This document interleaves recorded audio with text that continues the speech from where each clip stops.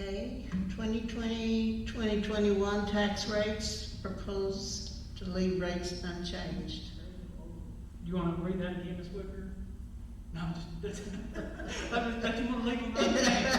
I'm just joking. And You want me to emphasize that? Well, we do.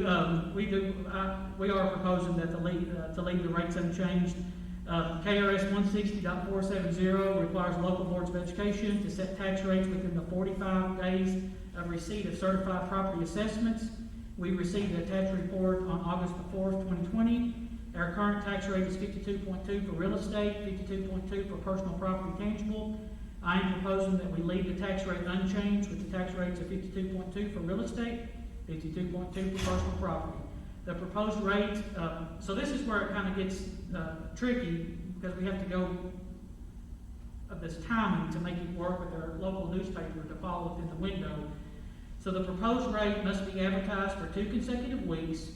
Hearing is then to be held 7 to 10 days after the second advertisement, and is then usually adopted immediately following the hearing and prior to the 45-day window.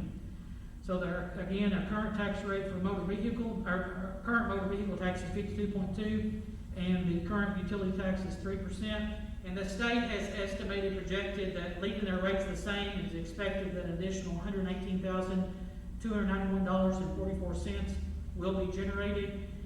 So at this time, similar to what we've done in years past, I'm recommending that there be a hearing scheduled for September the 3rd at 4:30 Central Daylight Time, and a special call board meeting immediately following at 5 o'clock Central Daylight Time here at the Russell County Auditorium Complex, room 114, for the proposed tax rate of 52.2 for the 2020-21 real estate, personal property, tangible tax rates, and that the other tax rates also remain the same. Motor vehicle 52.2 and utility 3% also remain the same. I know that's wordy, but at the end of the day, we'll talk about it on September 3rd and leave tax rates alone. Put it in simple terms. But because of the window, and the clock starts ticking, if you will, by the time we get the tax rate, we have that 45-day window. We cannot make that work with advertisement and do that at the regular September one. Any discussion?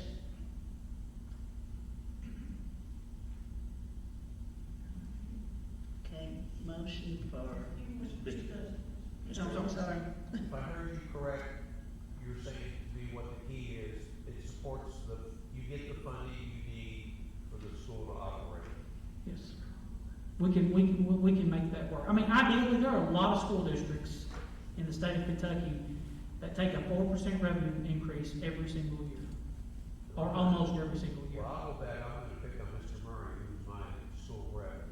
I was here when he did the last raise, and everybody voted yes except Mr. Murray.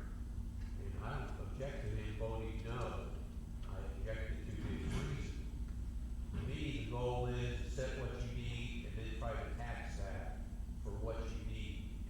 But Mr. Murray said he wasn't going to do it because he wasn't stupid enough to raise his own taxes. To me, we should say we need the tax. Then we should say yes. If we don't, then we should say no.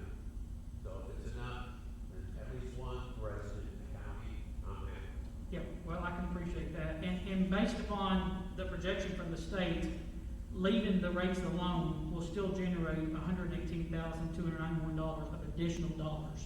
And so that's important when you think about utility costs and all the other associated costs that we're actually incurring this school year, even teaching remotely and some other things, they have the cost. So, yes, to answer your question, Ms. Carnes and I, we're both comfortable on making everything work and leaving that tax rate the same. And this is local money, and we don't know what the state's going to be able to do. So that's where the question lies. So this is, and it's my taxes also. So, I'm happy. So we have a motion. I make a motion that we approve the 2021 tax rate to be unchanged. I'll second it. And Vote. include that motion to schedule a hearing as